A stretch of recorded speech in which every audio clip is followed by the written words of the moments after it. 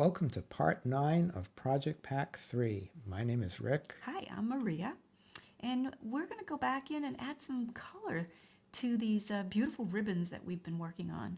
I got handed a blue pen, like a turquoisey blue, and a red. So everybody in the Zentangle world got two colors, not necessarily the same ones. So I'm going back in after I put that blue down, and I'm going to add a lot of water to the opposite side. I like to drench the white part there, and then I'm going to finesse the color into it. There we go. Kind of push over into the water. So all of these different techniques we're showing you is just different ways of applying the color, different ideas. I love watching the difference between the way Molly added the water and the way you do. Just mixing that together.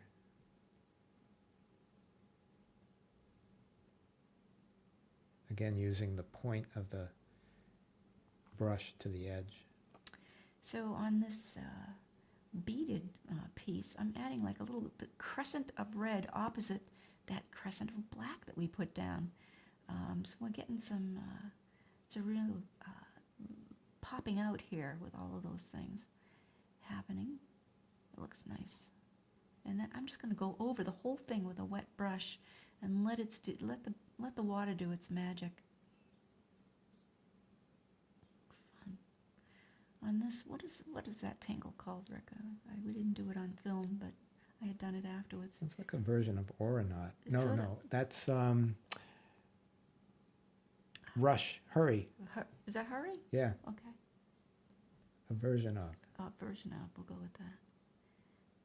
I had to throw something straight line in because I do everything so curvy, and I just wanted to prove that I could actually do something that was semi-straight. Had straight lines. Yeah. On Rick's paradox here, I added just a little bit of red in the base of the shell or leaf-like structure. It didn't need much because there was so much going on this particular tangle that I didn't want to make it too dark. I just wanted to add a little bit of color, introduce it. So now I'm going in with a big wet brush and going right through the middle, not even to the edges. You can see how it almost gives it this hand-dyed silk look. And on this bracelet thing, it's really pretty. I'm just going to add the turquoise on one side and a little red on the opposite side. Do something a little different. So you don't want to have them touch or anything because we're going to bring the water in to introduce them together. I like that as a metaphor, sort of introducing them together, because it really does bridge the gap in a really neat way. So here we go with a nice wet brush, and you can see I keep adding water each time I go to do one section. Well, also it probably gives you clean water to start for the mix too. Yeah. Look at that.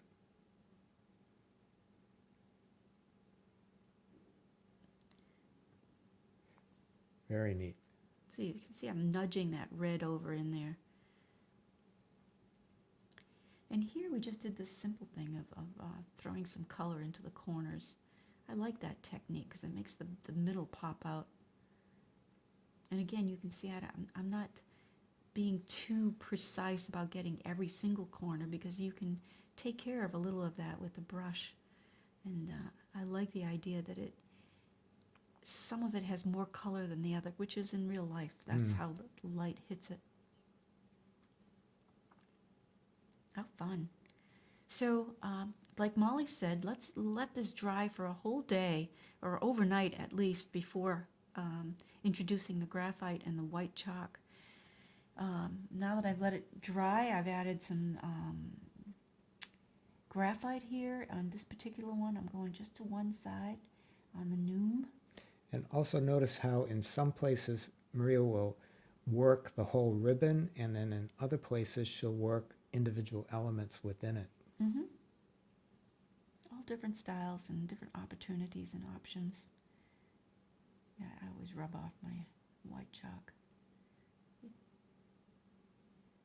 Just that little accent, because this, it really pops it out now, because that had gotten, there's a lot going on there, and now it brightens it up. So again, with the white, I'm going to just add a little bit on these crossbars, the top crossbars, and that makes them just pop right out at you. Yeah. You know, a little more 3D. That's kind of pretty, huh? Really nice. And on this beading here, we're just going to shade one part of it just to give it some dimension, and where it goes underneath the other ribbon. You can always go back and revisit that and just, Yeah, don't be afraid to go back and do things again when it doesn't seem like it's enough for you. here we go. The Magic Generals. There we go. Give it some real jewel-like effect with the beads. But you can see I didn't do it where I shaded yet. And on the paradox, a little bit of shade on the edge.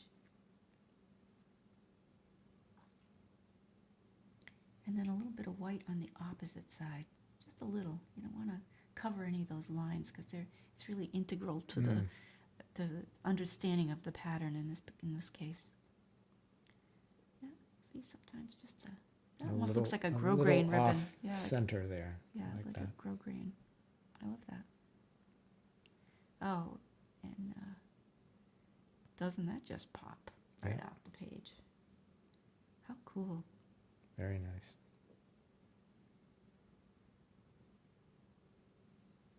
I don't even think I added graphite to that one. So on with my chop, which is a little bit different every time I do it, and hope you guys have had as much fun as I have, and Rick. Yeah, there's going to be a lot of things on the Zentangle Mosaic app, and we look forward to seeing what you did, what everybody else did. So there's the finished piece. Isn't that Well, pretty? it really isn't Yeah, well, finished. not quite. You know, I couldn't leave well enough alone. I had to just add a little bit of something, and so I went in with a pencil, of all things, just a pencil, and I tangled in pencil, and then added a little white afterwards. All throughout the background there. So it's, I think it's Muka and Well. So you can leave these together, you can separate them out, you can make a puzzle, you can Do all have kinds of fun. whatever you want to do, but most important, we look forward to seeing what you did, and we're so grateful that you tangled along with us. So until next time, See you later. bye now. Bye.